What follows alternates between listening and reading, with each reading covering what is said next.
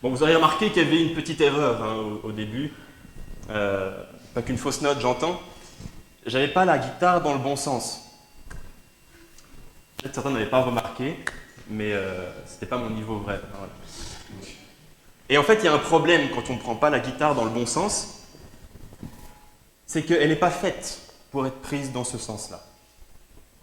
Notamment, les cordes vont normalement de la plus grave à la plus aiguë. Dans l'autre sens, du coup, la plus aiguë se retrouve en haut, la plus grave en bas. Elle n'était pas pensée pour fonctionner comme ça. De la même manière, vous avez peut-être vu qu'il y a une découpe ici qui permet qu'en fait la main monte pour aller facilement toucher les cases. Dans l'autre sens, il n'y a plus, et c'est problématique.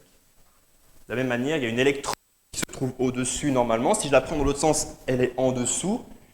Et du coup, ce n'est pas très pratique pour s'accorder ou pour changer le volume, etc., etc. C'était quand même, soyez gentils avec moi, c'était quand même un peu mieux quand je l'ai prise dans l'autre sens. D'accord ? Un petit peu mieux. Elle était dans le bon sens, il y a eu quelques erreurs certes. Mais du coup, que se passe-t-il si on prend la guitare dans le mauvais sens ? C'est moche. C'est moche ou c'est difficile. Pour moi, c'était difficile. Je me suis entraîné pour faire ça devant vous ce matin. Je me suis entraîné, mais voilà, j'y arrive pas. On se sent un petit peu coincé comme ça, j'ai d'habitude, dans le bon sens. Vous aurez peut-être connu l'œuvre que j'ai essayé de jouer. C'est le canon en ré majeur de Pachelbel, souvent joué pour une entrée dans un mariage, etc. Et sur la base de mon interprétation première avec la guitare dans le mauvais sens, à qui vous vous en prendriez si jamais c'est moche comme je l'ai fait ? Vous vous en prenez au compositeur. Justement, est-ce qu'on s'en prend au compositeur ou est-ce qu'on s'en prend à l'interprète ? Moi. Qui est fautif ? Imaginons que je prenne la guitare dans le mauvais sens face à Pachelbel, quand il a écrit sa musique. Je peux imaginer son regard, ça va être « Qu'est-ce que tu fais ?» C'est dans l'autre sens, la guitare, pas dans ce sens-là. Qu'est-ce que tu fais ? Si tu veux jouer correctement mon morceau, prends-la dans le bon sens, essaye pas de faire quelque chose qui ne va pas, elle n'est pas faite pour ça. J'aimerais utiliser cette image de la guitare dans le bon sens ou le mauvais sens pour dire qu'en fait nous sommes faits de la même manière par Dieu pour utiliser ce qu'il nous a donné de la bonne manière. Et il nous a donné beaucoup de choses. Il nous a donné un corps, il nous a donné un cœur et il nous a donné une intelligence. Mon corps, je dois l'utiliser de la bonne manière. Peut-être en prendre soin, déjà. On va facilement chez le médecin quand il va pas bien. Peut-être que je peux aussi utiliser ses mains pour façonner des choses, pour aider mon prochain, pour relever quelqu'un, etc. Plutôt que de frapper, détruire, rabaisser. Avec mon cœur, il y a de formidables émotions. L'amour, la joie, l'amitié qu'on peut connaître également, des choses qui sont belles, qu'on peut vivre avec nos cœurs, notre cœur et nos émotions. Mais on pourrait aussi utiliser à mauvais escient nos émotions, centrées sur nous-mêmes, l'amour de soi. J'ai des amis, mais pour qu'ils me regardent, ça pourrait créer de la colère, de la frustration, de la souffrance, de la tristesse, si on utilise mal notre cœur. Et l'intelligence. formidable outil que Dieu nous a donné, l'intelligence, qui nous permet de faire des outils, qui nous permet de développer tout ce qu'on a pu développer. On a pu avoir une projection pour le baptême, incroyable. Notre intelligence. Mais notre intelligence a bien souvent aussi été utilisée à mauvais escient. Juste un exemple pour vous illustrer ça. Il est assez fou de se dire qu'une chose qui a modifié vraiment la face du monde, Internet, a été une invention militaire.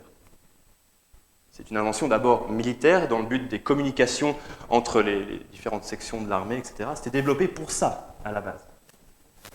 C'est aussi fou de se dire qu'aujourd'hui, on a des IRM, des rayons X, pour scanner notre corps, voir où ça ne va pas, etc. Mais à la base, les recherches sur les radiations, rayons X et autres ont été faites dans un but militaire. Notamment, ça a conduit à la création de la bombe atomique. Mauvaise utilisation. C'est assez fou de se dire ça. Mais du coup, quelles conséquences si on fait une mauvaise utilisation de ce qu'on nous a donné, d'un instrument? Première conséquence, on peut peut-être perdre le but. Pourquoi j'ai ça? Pourquoi je peux faire ça? Si on me donnait une partition inachevée, que je joue dans le mauvais sens avec la guitare, pourquoi la jouer? Elle n'est pas finie. Si je ne vois pas le but à la fin, la note finale de la partition de ma vie, comment je sais comment jouer? Une autre conséquence, c'est évidemment la souffrance. C'est tout autant de fausses notes. Des moments dans la vie où on fait face à la souffrance et on a peut-être cette pensée de se dire « mais ça ne devrait pas être comme ça ». On s'est peut-être déjà senti agressé par une souffrance, par la perte d'un proche, un décès, une maladie, etc. Et on se dit « ça sonne faux, ça ne devrait pas être comme ça ». C'est un peu comme, est-ce qu'il y a des parents dans la salle qui ont forcé leurs enfants à faire de la musique? Juste pour voir. Très bien. Bravo à vous et merci pour votre engagement et ce que vous faites. Parce que je me suis rendu compte de ce que ça implique pour un parent de faire ça. Il y a quelques années, j'ai assisté à une audition des tout-petits en violon en concert. J'ai assisté à une audition des tout-petits. Bien que je connaissais les pièces qu'ils jouaient, des pièces assez simples, j'ai souvent été comme ça. Vous voyez? Surtout avec le violon, hein, ça ne pardonne pas si on fait une fausse note, on est... Voilà. Donc, bravo aux parents qui s'investissent et qui vont écouter les auditions et disent « mais c'est bien, bravo !» Dans la vie, c'est peut-être un peu pareil. Il y a des moments où on fait « ça ne devrait pas comme ça ». Une dernière conséquence d'une mauvaise utilisation de ce que l'on a, c'est que l'on peut agir mal et que peut-être c'est nous qui causons aussi de la souffrance. Peut-être que nous sommes la cause de ce qui peut se passer de mal autour de nous. Et quand j'agis mal, c'est peut-être un peu quand je persévère dans l'utilisation d'une mauvaise technique, au lieu de prendre la bonne, celle que Dieu m'a dit, mais c'est comme ça qu'il faut le prendre. Et c'est pour ça que Dieu il a envoyé Jésus, c'est pour qu'il nous réapprenne la bonne technique, pour qu'il nous rappelle le professeur qui nous dit, mais voilà, c'est comme ça qu'il faut faire.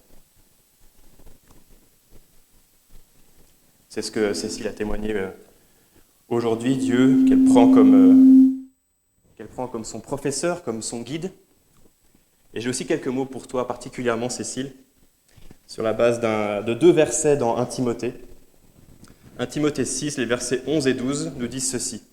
« Quant à toi, femme de Dieu, fuis toutes ces choses, ces mauvaises utilisations, et recherche la justice, la piété, la foi, l'amour, la persévérance, la douceur.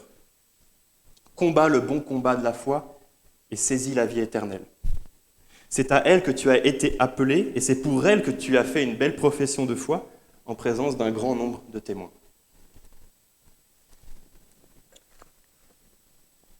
J'aimerais t'encourager, Cécile, après ce baptême et cet engagement, sois une bonne musicienne. Sois une bonne musicienne pour Dieu, parce qu'il veut t'apprendre à jouer de la vie. Pas à se jouer de la vie, pas à profiter de la vie. C'est vraiment le sens. Ta vie est comme une partition et Dieu veut t'apprendre à la jouer parfaitement. Il y aura des moments où ça sera vivace, presto, on y va, c'est fort, fortissimo. Il y a des moments où ça sera piano, pianissimo, ardente, lent. Il y aura certainement des moments où il y aura des fausses notes. Des moments où c'est de la souffrance qui sera là. Mais mon professeur de violon m'avait donné, j'allais dire un conseil, mais c'était plutôt un ordre. Avant une audition, il me disait toujours, mais si tu te trompes, s'il y a une fausse note, tu continues, tu t'arrêtes pas. Dans un morceau, dans une audition, il ne faut pas s'arrêter si on fait une fausse note. Si on se trompe dans le rythme, il faut reprendre, continuer et arriver au bout. Alors c'est ce que je te souhaite. Continue, arrive au bout de ta partition et que tu puisses dire à la fin, ouais Seigneur, c'était une belle œuvre. Et je pense que les gens ont apprécié comment je l'ai interprété. Je te souhaite que Dieu soit vraiment comme ton professeur. Il faut un certain engagement pour être professeur, il faut se dire, mais j'aime enseigner les gens, j'aime transmettre. Dieu t'aime et il veut te transmettre des choses. Et il est un bon professeur, il va t'apprendre la bonne technique. Mais un bon professeur, il est aussi parfois un peu dur. Un bon professeur, il te reprend et te dit, non là, attends, reprends. C'était pas bon, c'était pas tout à fait juste, le rythme n'était pas complètement calé, on reprend. Il va peut-être te dire, non, concentre-toi sur le premier mouvement, après on fera les autres mouvements, pour l'instant le premier mouvement, une étape après l'autre. Mais il est un bon professeur, c'est le meilleur. Alors qu'il soit ton professeur. Ça ne suffit pas d'être dans un cours, d'avoir un professeur pour bien jouer. Je pense que tu le sais toi-même, avec la flûte, le piano, la danse, peut-être même le chant. Est-ce que tu prends des cours de chant ? Peut-être un jour. Tu le sais, il faut s'entraîner. Et oui, ça ne tombe pas comme ça, malheureusement. Il faut s'entraîner dans la vie pour apprendre un instrument, pour apprendre la danse. Il faut répéter plusieurs fois un rythme, il faut répéter plusieurs fois une section d'un morceau, un pas de danse pour que ce soit fluide. Il faut s'entraîner. C'est pareil dans la vie chrétienne avec Dieu, il faut s'entraîner. S'exercer à se dire, mais comment jouer juste ? Comment jouer de la bonne manière ? Alors j'aimerais te souhaiter ces choses avec ce verset 11. Quant à toi, femme de Dieu, fuis la mauvaise utilisation et recherche la justice. Je te souhaite de jouer juste dans ta vie. Que les gens puissent voir que tu es une personne juste qui joue de la justice avec justesse. Recherche la piété. La piété, c'est quoi ? C'est simplement s'exercer. Exerce-toi, entraîne-toi, c'est comme ça qu'on progresse. Recherche la foi. Aie confiance dans ton prof. C'est lui le prof, il sait mieux jouer que toi, certainement, et il sait comment t'apprendre à jouer de ta vie. Recherche l'amour. La musique est certainement le meilleur moyen pour transmettre une émotion. Je crois vraiment. Il y a tellement de façons de jouer, de nuances que l'on peut mettre. Et on peut communiquer l'amour. Quand on aime une musique, on aime les gens, on aime partager, on peut communiquer quelque chose. Je te souhaite de communiquer de l'amour au travers de ta vie. Cet amour que tu as reçu de Christ, que tu puisses le transférer plus loin. Recherche la persévérance. Pour apprendre un instrument, il faut persévérer. Persévérer. Tenir bon pour pouvoir vraiment en jouer à un moment. Et enfin, recherche la douceur. Je souhaite que la partition de ta vie, elle touche les gens. Que tu aies un parfum de bonne odeur, que tu sois une lumière pour ceux que tu croiseras, et que tu puisses les toucher par ta douceur, parce que tu veux leur transmettre par de l'amour. Touche-les par la partition de ta vie. Et enfin, j'ai envie de te dire, combat le bon combat de la foi. Apprendre un morceau, des fois c'est vraiment une lutte. On dirait, allez, il faut y aller. Des fois tu luttes même avec le compositeur, tu te dis, mais comment il voulait que ce soit interprété, qu'est-ce qu'il voulait transmettre ? Et tu luttes, tu dis, mais ok, il faut que j'y arrive. Dans la vie, c'est un peu la même chose. Il va y avoir des fausses notes. Il y a des moments où c'est difficile de continuer. Combat. Combat, le bon combat de la foi. Et enfin, saisis la vie éternelle. Le baptême, c'est que le début d'un parcours, hein. C'est pas la fin. C'est que le début de la vie éternelle. Tu t'es engagé dedans maintenant. Il y a un petit bout qui sera terrestre. Et pour la suite, tu seras avec le Seigneur aussi pour la vie éternelle. Et là, il n'y aura plus de fausses notes. Il n'y aura plus de mauvais interprètes. Il n'y aura plus que de la beauté avec le Seigneur. Alors Cécile, que le Seigneur te bénisse, qu'il te rende en bénédiction pour déjà cette assemblée, pour tous ceux que tu croiseras. Et je te rappelle qu'il y a de la joie dans le ciel aujourd'hui aussi pour toi. Que le Seigneur te bénisse.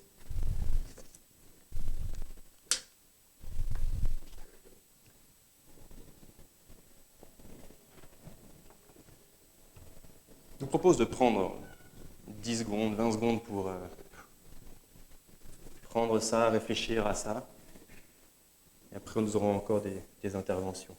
Prenons le temps juste de réfléchir comme ça.